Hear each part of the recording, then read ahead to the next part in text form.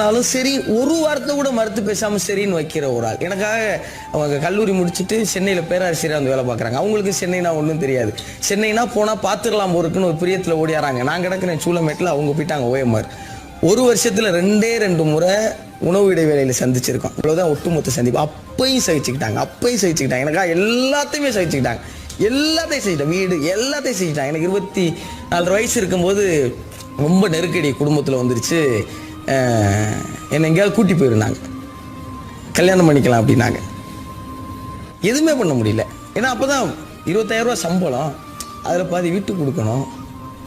இது வச்சு நான் என்ன செய்வேன்? வீட்டில் சங்க எடுத்து போட்டுருவாங்க. என்ன செய்யறது அப்படின்னா கடைசியில் எனக்காக எல்லாத்தையும் விட்டு கொடுத்தவங்க என்னை விட்டு கொடுக்க வேண்டிய சூழல் உருவாச்சு.